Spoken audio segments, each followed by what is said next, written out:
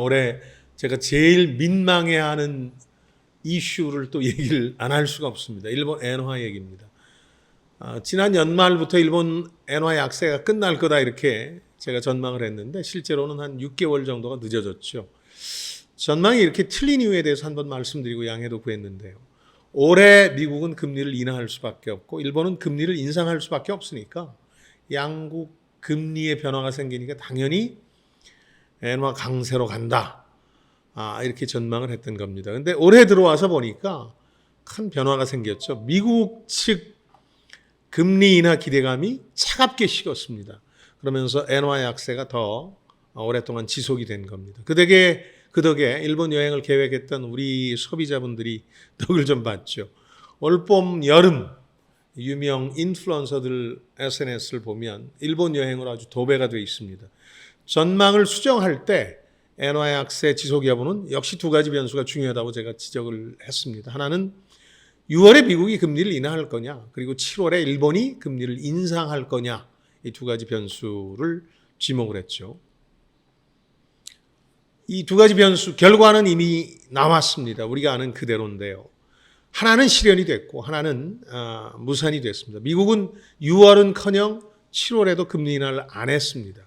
이제 9월에 예정된 FOMC에서 금리 인하가 확실시 되는데 미국 내에서도 저 자신도 그렇습니다만 이 연준의 금리 인하 조치가 좀 늦은 게 아니냐 하는 비판이 많습니다. 인플레이션이 이미 잡힐 대로 잡혔는데 금리 인하를 이렇게 늦추다가는 경기가 급격히 식는 게 아니냐. 혹시 대선 끝나고 내년에 미국 경제가 경착륙하는 게 아니냐. 완전히 망가지는 게 아니냐. 이런 우려까지 나오고 있는 겁니다.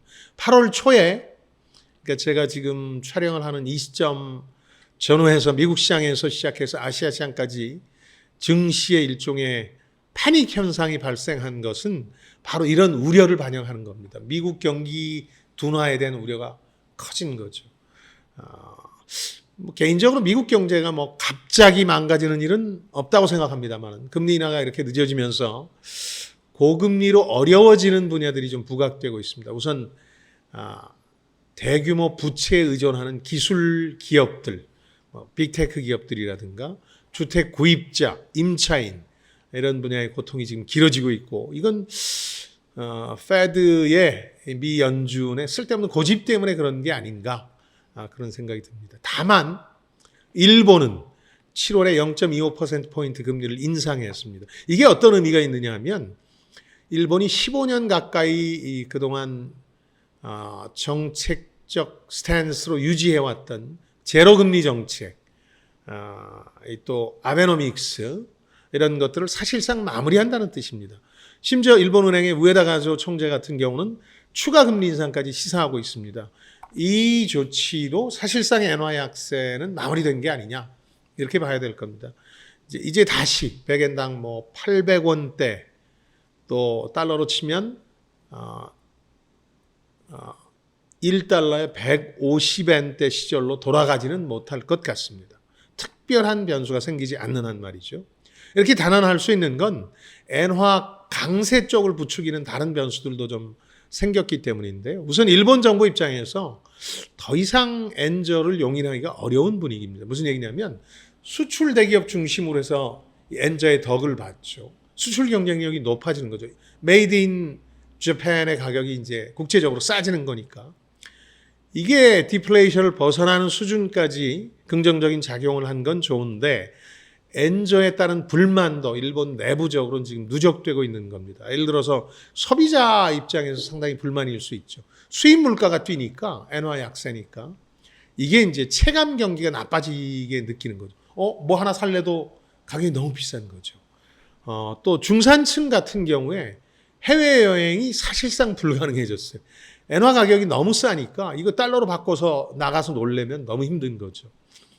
사실 지금 파리 올림픽이 열리고 있는데 이런 올림픽이 열리면 일본 여행객들이 바글바글합니다. 이 중계 화면에도 많이 잡히고.